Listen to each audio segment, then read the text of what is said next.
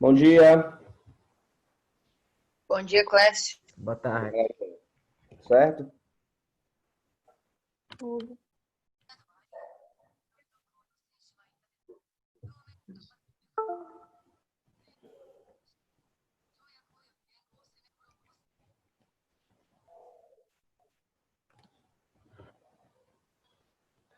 Pessoal, vamos colocar a presença no chat lá. Eu vou falando enquanto a galera vai chegando aí. Nós vamos, na semana que vem, dia 22, na segunda-feira, vocês vão fazer a verificação das habilidades de aprendizagem. Certo?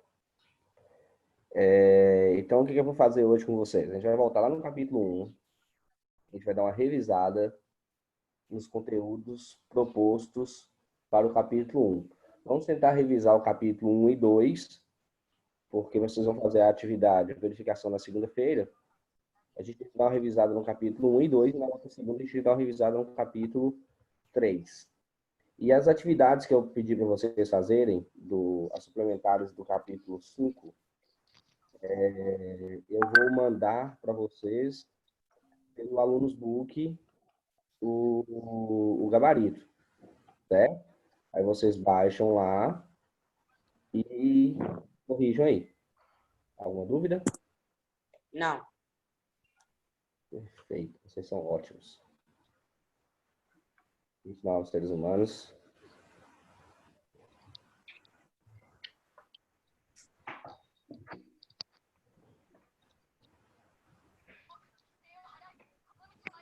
Ô tio, corrigiu o quê?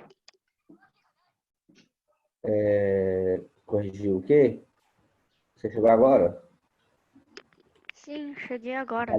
Eu falei o seguinte, hoje eu vou pegar os conteúdos do primeiro capítulo e vou revisar para vocês fazerem a verificação de habilidades na semana que vem. E a atividade suplementar que eu pedi para vocês fazerem, eu vou mandar o gabarito para vocês mesmos corrigirem. Entendeu? Entendi. Vou colocar o meu fone. Meu fone tá aqui. Que aí vocês baixam ele e vocês mesmos fazem a correção aí. Se ficar alguma dúvida, na outra semana a gente debate sobre o capítulo 5. Tá ok? Tá. Vou compartilhar aqui o livro, o capítulo 1.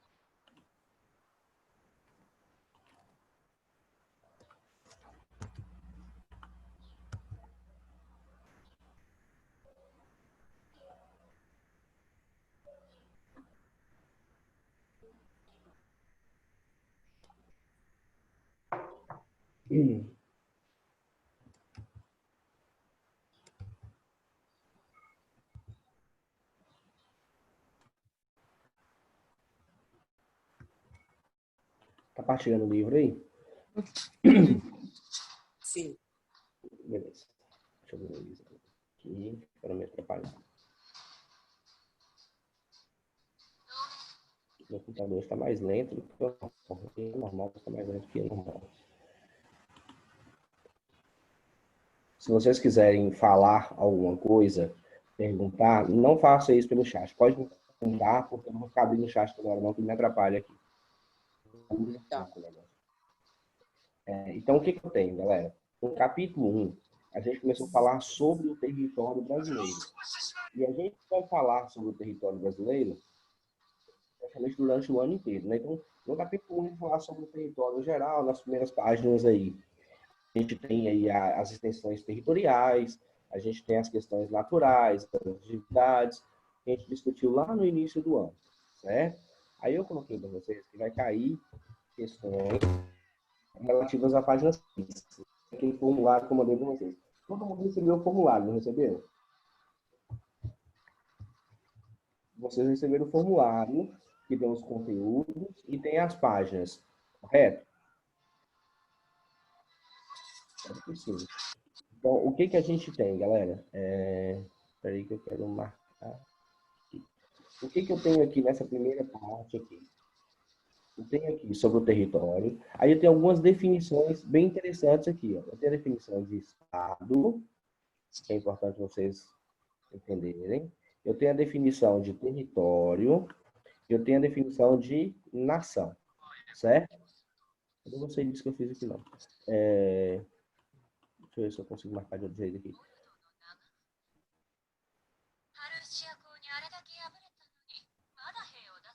Gabriela, sem anime. Por que isso sempre acontece comigo, hein? Tá, deixa eu ver aqui. Por que tá branco? Por quê? Por que tá branco? Ah, tá. Aqui. Acho que agora vai. Eu quero destacar. Eu não quero borracha.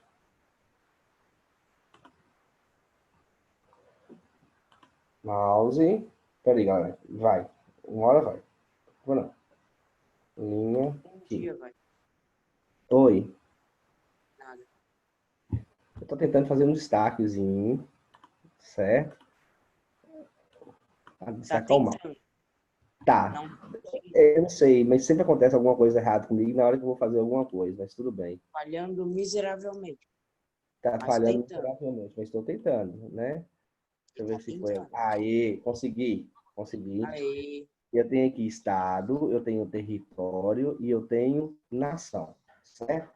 Por que que eu tenho isso, galera? Quando eu vou falar de território, quando eu vou falar de país... Gabriela, para o anime. Alguém tá com o som ligado? Desliga. É a Gabriela. Se Ela tiver assiste barulho muito. no ambiente, desliga, por gentileza. Eu quero deixar o som de vocês ligado para a gente conseguir interagir melhor. Então, vamos lá. Eu tenho aqui sobre o território brasileiro, eu tenho três conceitos importantes. O conceito de Estado, repare que o Estado aqui está com E maiúsculo no meio da frase. Eu tenho o conceito de território e o conceito de nação. Quando eu falo de Estado com E maiúsculo, eu estou falando de quê? Eu estou falando de um conjunto de instituições que vai gerir, que vai administrar um determinado território, certo? Então, tem um conjunto de instituições. Quando eu falo de território, eu estou falando de uma área, de um espaço territorial que ele vai ser demarcado, por uma ideia de poder. Esse território, ele pode ter fronteiras demarcadas ou não, né? Por exemplo, quando eu pego o território brasileiro, eu tenho as fronteiras marcadas no território brasileiro? Eu tenho, né? Eu tenho esse mapinha do lado aqui, ó, que eu vou ter aqui as minhas áreas territoriais, os meus limites, as minhas fronteiras, certo? Eu vou ter esse mapinha aqui, eu vou ter as minhas fronteiras aqui. Essas fronteiras oficiais. E eu tenho uma noção, como que eu tenho uma noção de poder sobre esse território? O Brasil é um país soberano. O Brasil é um país que tem as suas próprias leis, né? O Estado brasileiro, com letra maiúscula, ele é um Estado soberano. Eu tenho o governo, eu tenho as minhas leis, eu tenho um poder sobre uma área territorial. Então, por isso que eu vou falar que o Brasil ele é um território, certo? Eu tenho um espaço demarcado com uma noção de poder sobre esse espaço. E o que é nação? Nação vai estar se referindo a pessoas, certo? Quando eu falo de nação, eu estou falando de um conjunto de pessoas que são ligados por vínculos históricos e que vão adquirir, ao longo do tempo, alguns elementos comuns a todas as pessoas, a todos os povos ali. Por exemplo, a nação de brasileiros. Quando eu falo nação de brasileiros, eu estou me referindo a um conjunto de pessoas que possuem características semelhantes ou parecidas. Se eu falar a nação do Espírito Santo, a nação de Minas Gerais, eu vou estar agrupando essas pessoas em um grupo com características semelhantes, certo? Então, nação vai estar se referindo a pessoas, certo? Nação vai estar se referindo a pessoas. Estado, com letra maiúscula, um conjunto de instituições, é um governo que vai governar um determinado território. O território é uma porção de espaço territorial na qual existe uma noção de poder, né? De maneira crítica, para vocês pensarem, o território ele pode ter um poder oficial ou não. Quando eu falo um poder oficial, é um poder de Estado, de governo, né? O Estado com letra maiúscula. Quando eu falo de poder não oficial, eu posso falar, por exemplo, de organizações criminosas que gerenciam determinadas, que dominam determinadas áreas de uma cidade. Existe uma territorialização por parte da organização criminosa? Existe. Eles vão exercer o poder sobre aquela área. Isso é uma organização do Estado, com letra maiúscula? Não. Certo? É uma organização que não faz parte de um conjunto de órgãos oficiais de um governo. Alguma dúvida em relação a isso aí, galera? Não. Estudem bem sobre isso aí. Tranquilo?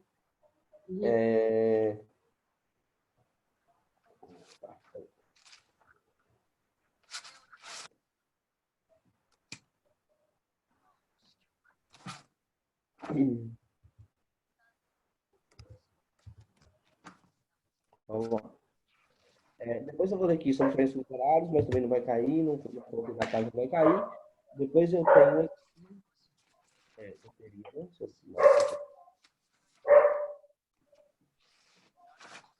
A marcação fica, né? Depois eu tenho aqui, galera, sobre as minhas questões naturais aqui, certo? Eu tenho sobre as minhas diversidades naturais. Então, o que eu vou ter no Brasil? O Brasil é um país muito extenso, no sentido leste-oeste, tanto no sentido leste-oeste, vou pegar esse marquinho de volta aqui, quanto no sentido norte e sul, certo? Qual a diferença que no sentido leste-oeste vai fazer na minha vida? O que isso vai influenciar na minha vida? Bom, no sentido leste-oeste, eu vou ter, por exemplo, no Brasil, diversos fusos horários, né? A gente sabe que os horários são organizados de acordo com os meridianos. Como eu tenho um Brasil muito grande no sentido leste-oeste, eu vou ter muitos fusos horários, eu vou ter 4 fusos horários especiais no território brasileiro. E no sentido norte e sul também é grande? Sim, é até maior do que no sentido leste-oeste. Como que isso vai impactar na minha vida? Aí eu vou para as minhas questões naturais, certo?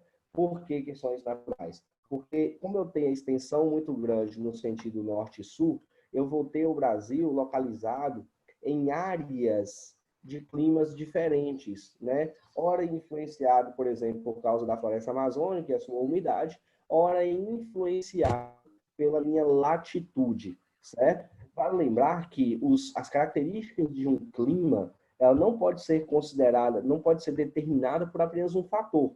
Eu tenho vários fatores que vai determinar as características climáticas da minha região, certo? Aí o que eu tenho no Brasil, por exemplo? Eu tenho no Brasil aqui, na parte norte do Brasil.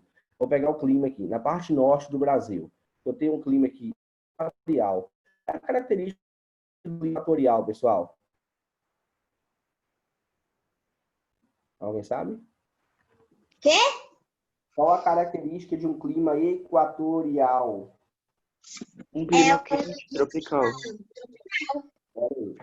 Clima tropical, todos que estão acima do Trópico de Capricórnio são o tropical de altitude, o tropical semiúmido, o tropical semiárido, o tropical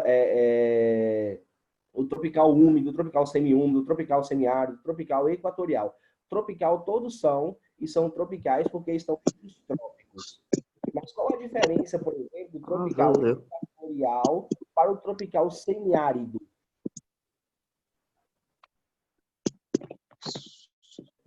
Vamos lá. O que eu tenho na Amazônia? Repara o seguinte aqui. Vocês estão percebendo o que é o semiárido? Tá vendo aqui? É semiárido. Tá vendo o mouse aí? Vocês estão vendo o mouse? Opa.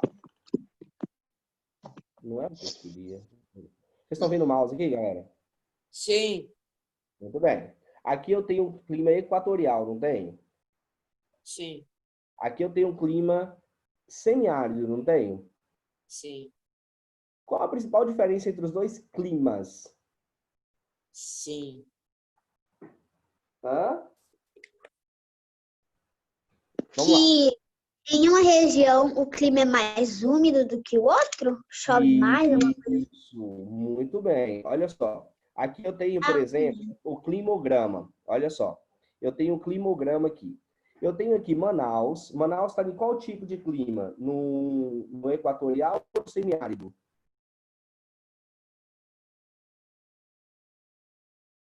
Eu vou responder. No equatorial, Manaus está aqui. E eu tenho aqui Juazeiro, na Bahia, no clima semiárido. Olha a quantidade de chuva que eu tenho em Manaus, ó. Eu tenho aqui chuvas muito intensas praticamente o ano inteiro, né? Com alguns picos de maior intensidade de chuva, que chega a 300 milímetros de chuva aqui no mês de março, certo? Lá em Juazeiro, na Bahia, eu tenho aqui picos de chuva de 150 milímetros no máximo durante o ano, e uma época do ano extremamente seca, ó, de março até outubro, praticamente não chove nessa região. Tio, tá certo? travando. Tá travando? Seu áudio. Tá. Agora Eu vou fazer o seguinte, eu vou desligar a minha câmera. Tá normal. Deixa eu ver se vai dar certo. Vocês continuam vendo o... Sim. Sim, compartilhamento. Provavelmente vai travar menos. Depois eu ligo de novo, eu vou parar de apresentar. Então, o que eu vou ter nos climogramas aqui, galera? Eu tenho Juazeiro, na Bahia, que é muito seco, e eu tenho Manaus aqui, que é muito chuvoso. Então, a principal diferença entre os dois climas é que um é muito chuvoso e o outro é muito seco, certo? Quente, os dois são. Mas por que que em Manaus chove mais? Alguém sabe?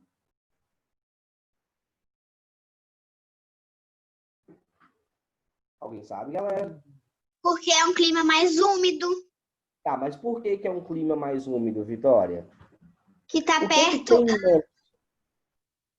Oi? porque tá perto da linha do Equador. O Equador está aqui. O semiárido também está perto da linha do Equador. Oh, meu Deus do céu, não sei também. Eu acho que é a maior concentração de nuvens ou é a Por causa da vegetação? mata, gente. Você está chegando lá, Vitória. O que que é É a nuvem? vegetação? Peraí, o que que é nuvem? Nuvem Vapor de água. É o vapor de... Água. água. Mas esse vapor de água, ele tem que o quê? Ele tem que subir, não é assim? Parece bobo isso, né? Mas lá na região norte do Brasil, eu tenho uma concentração de água muito grande. Por que eu tenho essa concentração de água? Porque ali eu tenho a maior bacia hidrográfica do mundo. Eu tenho muitos rios, né? Esses rios são provenientes... Oi? Esses rios são provenientes tanto da região centro-oeste do Brasil aqui, ó, quanto da Cordilheira dos Andes, certo? Então, formar uma bacia hidrográfica muito grande nessa região. Como aqui é muito quente, porque está próximo da linha do Equador, aí você está certa, essa umidade aqui, ó, ela vai subir, certo? Porque é muito quente. E aqui eu tenho uma área chamada de área de baixa pressão, mas vocês não preocupem com isso agora não. Essa umidade minha aqui vai subir e vai formar muita chuva nessa região, certo? E isso vai criar a floresta, que vai criar um sistema cíclico, né? Eu tenho floresta, eu tenho umidade, consequente, eu tenho floresta, eu tenho água, eu tenho muito calor. Consequentemente, eu vou ter muita chuva nessa região, certo? Então, a floresta amazônica e a bacia hidrográfica faz com que essa região seja mais úmida do que o semiárido nordestino, por exemplo, certo? Então, eu tenho dois climas muito diferentes que estão em áreas latitudinais parecidas. Por quê? Porque eu tenho um outro fator que vai influenciar no meu clima, a não ser a minha localização geográfica e a minha latitude. E qual é a característica do clima do semiárido nordestino? Como que seria a vegetação, por exemplo, do semiárido? Eu estou usando a Caatinga como exemplo e a floresta amazônica, por quê? Porque são dois climas parecidos com vegetações muito opostas. Olha só, aqui eu tenho a Caatinga. Aqui eu tenho a Caatinga. Qual é a aparência dessa vegetação? Uma vegetação muito seca. Isso. Por que essa vegetação é muito seca, galera? Será que é porque morreu as plantas todas? Não, devido ao clima quente, as plantas se adaptaram. Exatamente. Eu tenho plantas que a gente chama de xerófilas, né? São plantas que vão ser mais espinhosas. Eu tenho plantas que eu chamo de caducifólias, que eles vão perder as folhas na época do ano mais seca, para quê? Para perder menos água, para fazer menos evapotranspiração. Então, eu vou ter essa aparência mais seca, mas, na verdade, uma adaptação da minha vegetação, certo? E como que é lá na floresta amazônica? Está no cantinho aqui, ó. É uma vegetação que as folhas não vão cair, são vegetações que as folhas são mais largas, é uma vegetação típica de floresta mais úmida, mais fechada, mais densa. Oi? Nada. Foi só eco. É uma floresta mais fechada, mais densa, né? Por quê? Porque lá chove muito. As plantas não precisaram se preocupar de se preservar para não perder folha, certo? Então, essas são as principais características dos dois tipos de clima. E a gente tem outros tipos de clima também. Eu tenho aqui um tropical semiúmido, nessa faixa aqui, que vai ser muito influenciado pelo o clima da Amazônia, porque as chuvas da Amazônia, elas vêm para essa região aqui. A chuva da Amazônia influencia até no nosso clima, galera. Existe um negócio chamado de rios voadores, que é quando a umidade da Amazônia se desloca para a região centro-sul do Brasil aqui, certo? Então, eu tenho um clima semiúmido aqui, que vai formar uma vegetação típica de cerrado, certamente vocês já ouviram falar, que é essa vegetação que lembra alguns aspectos da caatinga, né? Mas é uma vegetação um pouco mais verde, que tem uma vegetação rasteira, chamada de gramíneas, né? Que a gente pode ter uns campos chamados de campos limpos. Vai parecer uma fazenda de capim, mas é uma vegetação natural, típica de cerrado. Então, o que é importante vocês observarem nessa página aqui, que vai cair na atividadezinha nossa lá, é que a gente tem o território brasileiro com uma diversidade de climas muito grande, e esses climas vão produzir vegetações, vão produzir ambientes naturais diferentes aí, certo? Aí vocês dão uma analisada nos tipos de vegetação, na caatinga, nos campos, no cerrado, Mata Atlântica. Bacana? Para vocês estudarem aí. Alguma dúvida aqui? Não. Não? Cara, vocês são muito bons. Hein? Vocês são os melhores. Muito bem. Eu acho que o capítulo 1 foi só esses dois pontos que eu coloquei para vocês estudarem. Só Oi? nada. A gente está falando aqui da mudança das paisagens e tal. Essa partezinha aqui é importante vocês entenderem, porque vocês vão entender também o próximo conteúdo que eu cobrei de vocês, que vai ser sobre as questões históricas da formação do espaço territorial, né? Peraí.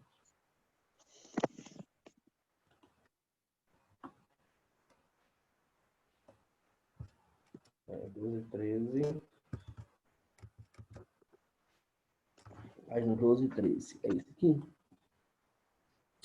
Gente, isso tem sempre me atrapalha. Peraí, galera. É isso mesmo. Página 12 e 13.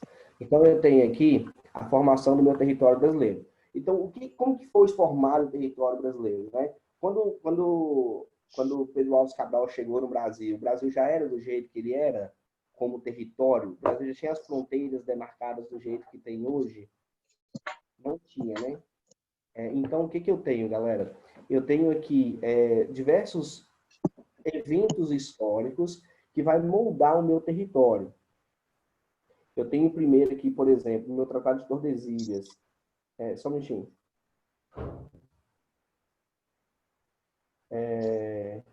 Eu tenho, por exemplo, aqui o Tratado de Tordesilhas, que dividiu o Brasil em terras portuguesas e terras espanholas. Né? Vocês devem ter estudado já sobre o Tratado de Tordesilhas. Foi quando Colombo descobriu as terras lá mais ao norte, lá no Caribe, Portugal e Espanha assinou esse tratado, definindo de quem seriam as terras que viriam a ser descobertas. Então, o Brasil é colônia de Portugal. Portugal divide essas capitanias, esse território brasileiro em capitanias hereditárias, e posteriormente, motivado por questões econômicas e questões culturais também, que os jesuítas vão querer buscar novos fiéis, os brasileiros são até, não brasileiros, né, mas as pessoas que colonizavam o Brasil, que eram portugueses ainda, né, não tinha uma definição de nação brasileira ainda, foram expandindo o território A gente teve aqui a primeira grande expansão e demarcação do território, quando foi assinado o Tratado de Madrid, certo? O Brasil ainda sem o Acre, e posteriormente o Brasil com o Acre aqui, depois do Brasil ter adquirido junto à Bolívia, certo? Então, o que é importante vocês analisarem aqui, galera? O que motivou, por exemplo, o que motivou os brasileiros irem, adentrarem para o território que até então seriam dos espanhóis. A gente tem a busca aqui por mão de obra, a gente tem a busca por pedras preciosas, a gente tem várias motivações do bandeirismo, né, para fazer com que essas pessoas adentrem o território e criem esse território brasileiro nosso aí, certo? Alguma dúvida em relação a isso aqui? Não. Será, meu Deus do céu? Será que não tem dúvida nenhuma? Claro, Então, vai faltar qual? claro. Oi? Faltando de ciências. Ah, tá. Vamos lá. Uma coisa que vocês precisam buscar aqui, eu não estou querendo fazer, porque não dava para marcar antes, para não perder muito tempo. O que vocês precisam buscar aqui, ó, é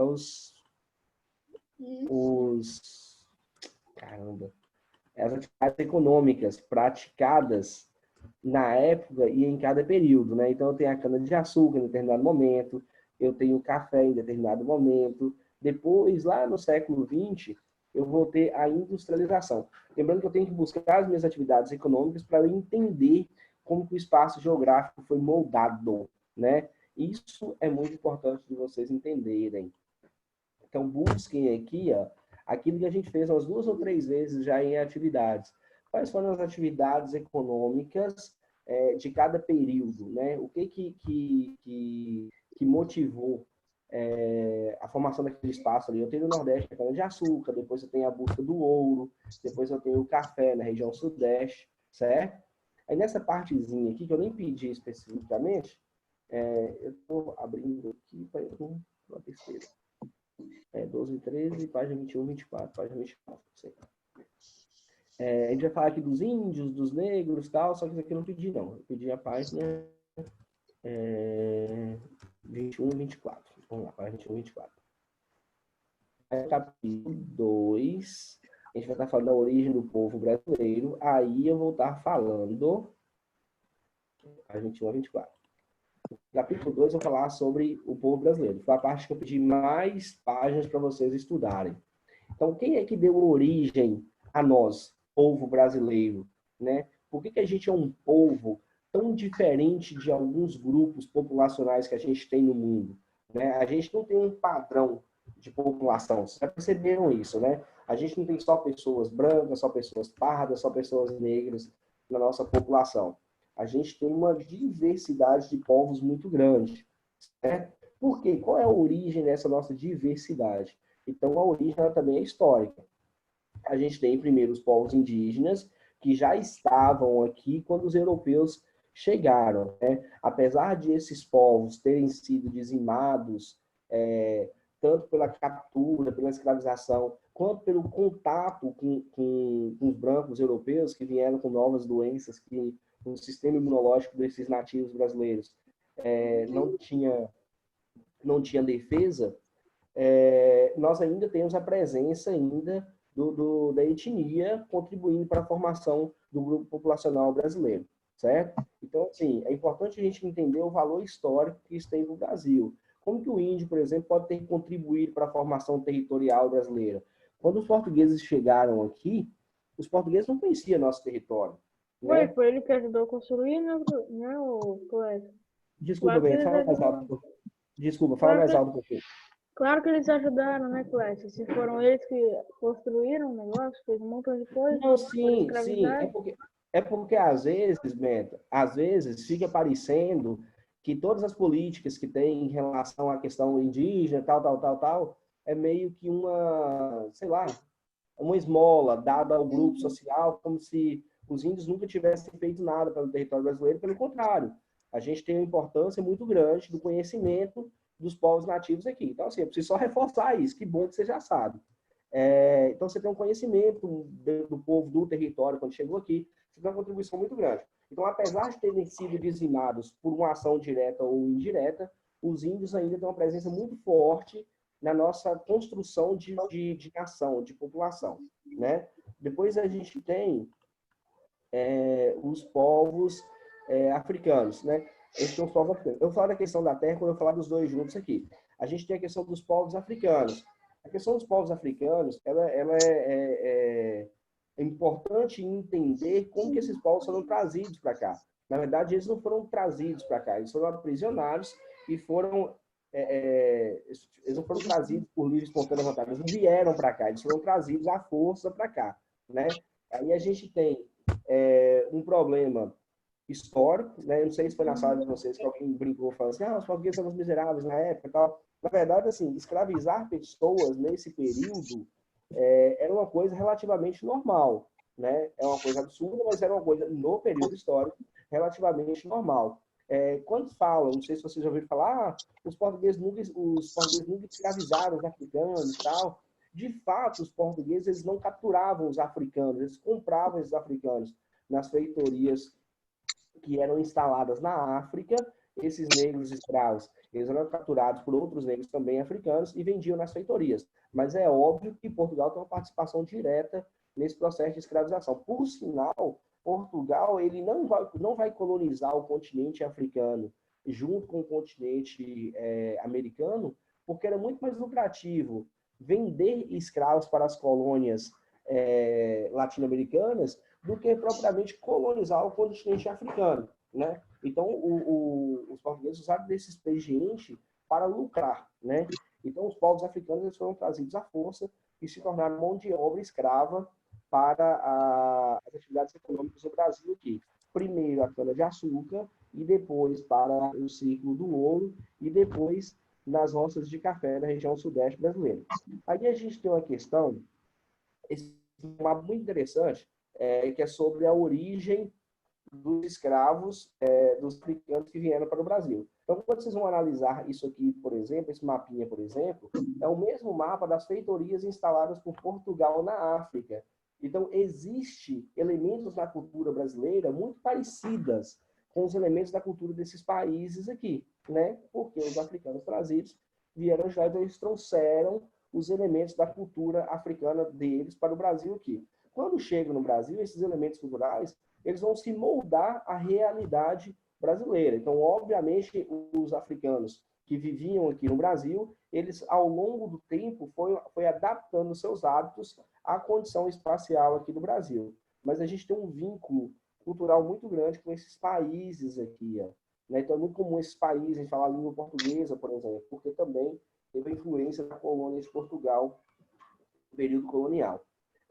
Aí, quando a gente vai entender, depois que a gente entende todas essas questões aí, por fim a gente tem os quilombos aqui, que era para onde os escravos fugiam e formavam comunidades. Então, quando a gente vai entender essas questões aí, desse processo de construção do espaço brasileiro, baseado nessa mão de obra escravizada, tanto da questão indígena quanto dos africanos, aí que a gente vai falar sobre as partilhas de terra, né?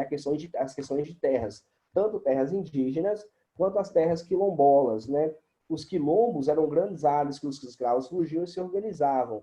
Então, as políticas públicas de demarcação de terra vão criar demarcações tanto para as terras indígenas, para que esses povos consigam manter o seu estilo de vida na terra, né? Porque o estilo de vida, tanto dos índios quanto dos africanos, estão diretamente relacionados com o uso da terra.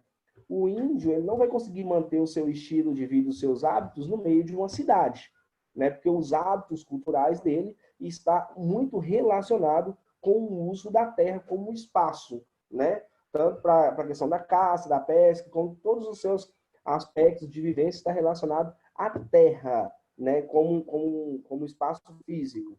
Então, eles precisam de um território, de um espaço físico para manter o seu modo de vida, que foi modificado por aqueles que chegaram. Então, é importante a gente analisar essas questões de terras, né, tanto indígenas quanto as terras quilombolas, como uma forma de manter um vínculo cultural desses povos aí. Alguma dúvida sobre isso aí? Não. Nossa, vocês são ótimos, viu? Vocês são os melhores. Então, quando vocês forem estudar, deixa eu ver aqui quais são as páginas, da página 21 a 24. Pensem nessas questões. Entendam o que esses povos, como que esses povos vieram para cá, os que vieram, vieram não, foram trazidos para cá, que são os africanos. Entendam o que aconteceu com os índios que estavam aqui e o porquê que existe essa demarcação de terras, tanto indígenas quanto as terras quilombolas, certo? Os indígenas relacionados aos índios, os quilombolas aos africanos, certo? Depois a gente tem aqui as outras ondas de imigrantes, são os portugueses, tal, mas eu acho que não vai cobrar isso, não. Vou cobrar sobre os quilombos aqui. Aí depois, lá na página 29, isso está no capítulo 3 já? Isso no capítulo 3.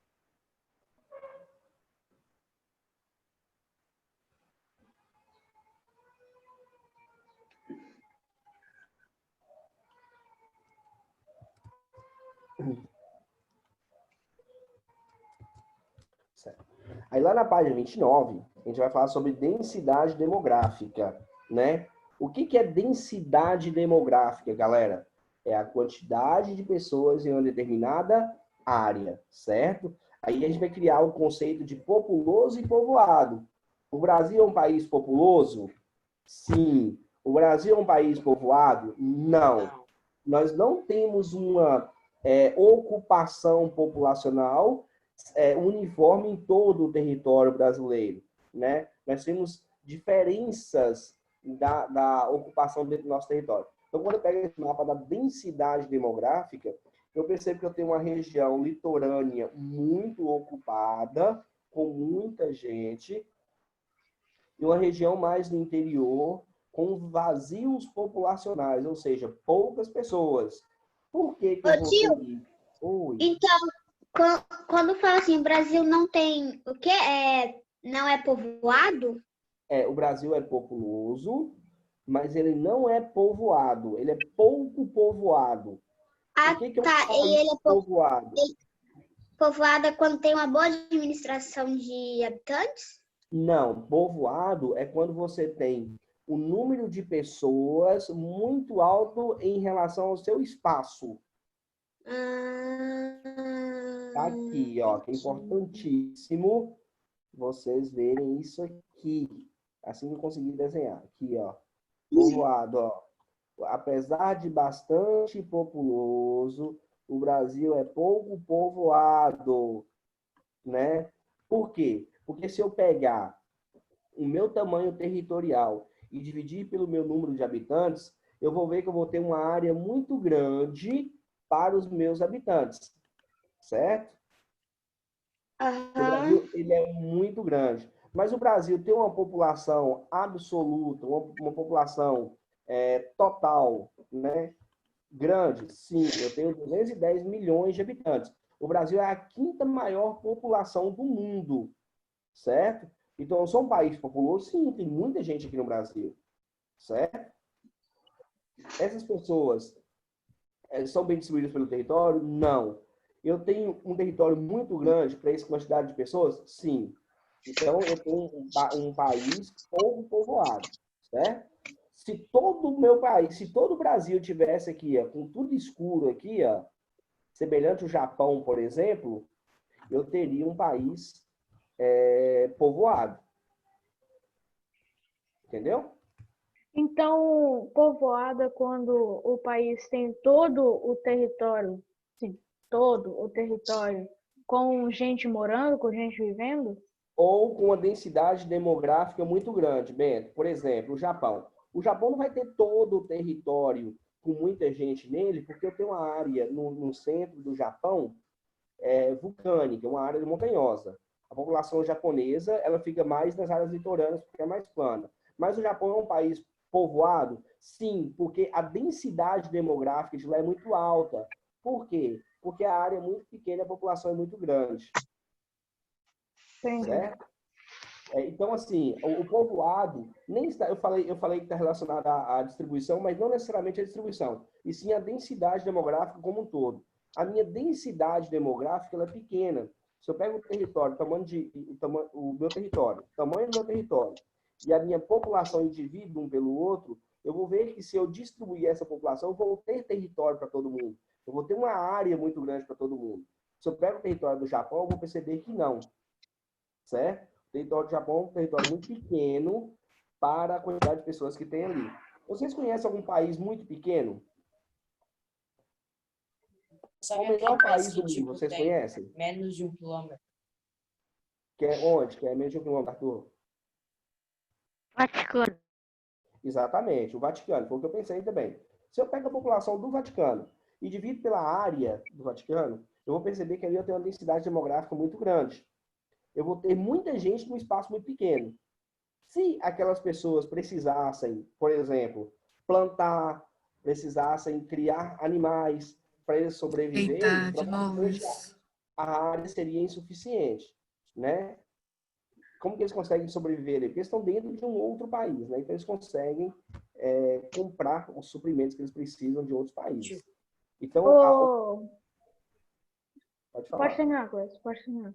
Não, pode falar. Tá. É porque eu não tô entendendo mesmo, tá? Então, assim, eu sei que não tem, mas se o Brasil tivesse, sei lá, 10 metros de território, aí tem 200 pessoas dentro dele, ele vai ser povoado ou não? Ia ser povoado. Por exemplo, eu tenho no Brasil 210 milhões de pessoas, não tem? E eu tenho um território dividido em 5 regiões, não tem? Norte, Tem. Nordeste, Sudeste, Centro-Oeste. Se o Brasil fosse só a região Sudeste... Espera aí, deixa eu ver se eu consigo dar um exemplo melhor. Você está vendo a região Sudeste aqui? Tô. Os 4 estados? Se a região Sudeste fosse um país, seria um país povoado. Porque eu tenho muita gente num território pequeno. Mas se o Nordeste fosse o Brasil inteiro, seria não povoado, né? Vamos pegar o Norte, que está mais diferente, né? Tá mais diferente do que o Nordeste. Se eu pegar a região Norte, por exemplo, e o Norte fosse um país, seria um país pouco populoso, com uma população pequena e pouco povoado. Se o Norte fosse um país. Se o Sul e Sudeste fossem países, seriam países populosos e povoados, com muita gente na área territorial. Ah, tá. Entendeu? Então, o Entendi. povoado está relacionado à densidade demográfica. Densidade demográfica está aqui, ó. Está aqui, ó. População relativa e tal. É o número de pessoas em determinada área. Certo? A sala de vocês tem, não sei exatamente, mas 25 alunos. Se eu colocar mais 10 alunos, eu vou aumentar a minha densidade. Ou seja, eu vou ter mais gente no mesmo espaço. Então, o povoado está relacionado a isso. Deu para entender? Entendeu mesmo? Entendi. Ah, então tá bom. Tio, Fala. um país povoado é populoso? Não necessariamente. O Vaticano, por exemplo, ele é um país povoado e com uma população absoluta pequena, se eu comparar com outros países. Entendeu? Ok. A população do Vaticano é pequena, só que a área é menor ainda, então ele é povoado e pouco populoso, se eu comparar, por exemplo, com o Brasil. Bacana? Bacana. Tá. Só ver aqui.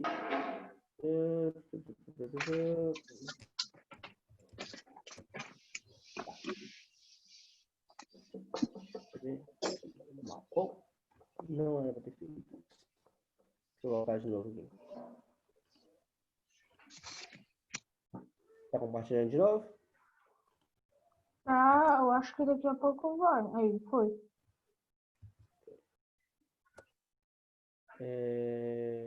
Construção do espaço. Que barulho de novo. 7º ano. Ah, tá. Crescimento vegetativo brasileiro. Vocês, quando a gente falou de população, né? A gente falou de população, a gente falou de crescimento populacional, a gente estudou falando que a população brasileira sempre está crescendo. Lembra disso? Ela nunca parou de crescer. Só que o nosso ritmo de crescimento, ele diminuiu. Lembra disso? Lembra disso, galera? Sim. Por que que o nosso ritmo de crescimento ele vai diminuir? O meu crescimento vegetativo, que é o crescimento natural da população, por que que ele vai diminuir ao longo do tempo?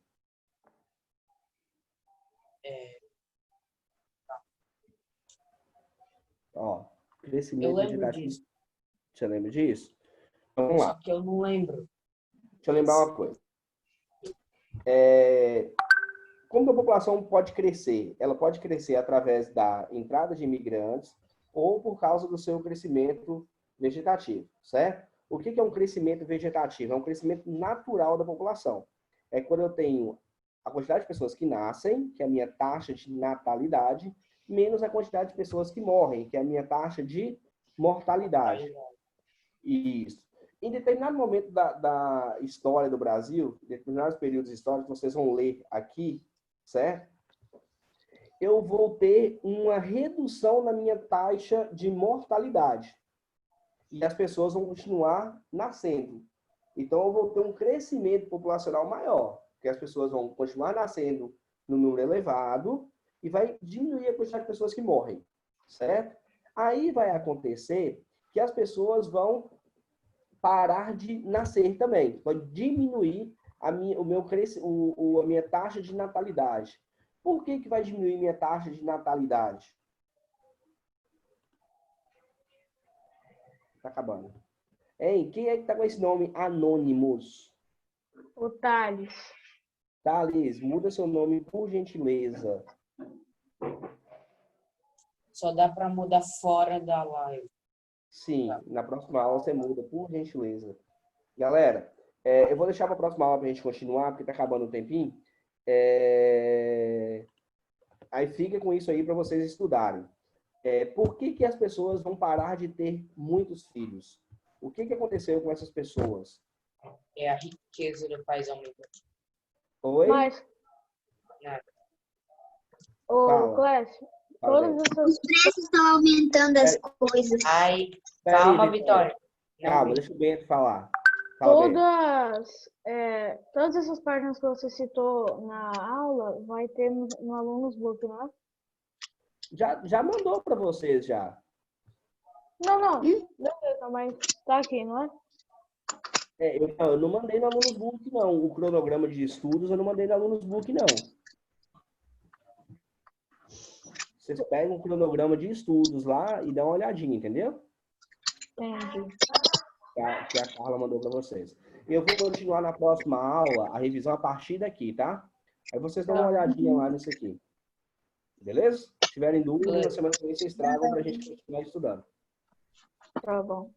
Beijo, até a próxima aula. Ok.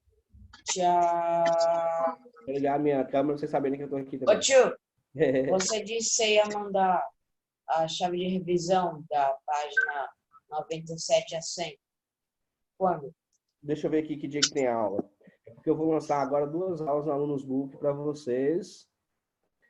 Sétimo A e sétimo B. Vamos lá. São dias diferentes, né? Sétimo A e sétimo B. Tá faltando aqui. Ah, não. Tá. Quinta-feira eu mando do sétimo B e sexta-feira eu mando do sétimo A. Ok. Porque são dias diferentes para eu lançar no Alunos Book, para não fazer confusão com as outras matérias. Aí quinta-feira eu mando para o sétimo B e sexta-feira para o sétimo A. Ou o contrário. Show? Show. Alguma dúvida? Não. Ai, meu Deus. Então tá bom. Até a próxima aula, galera. Ok. Tchau.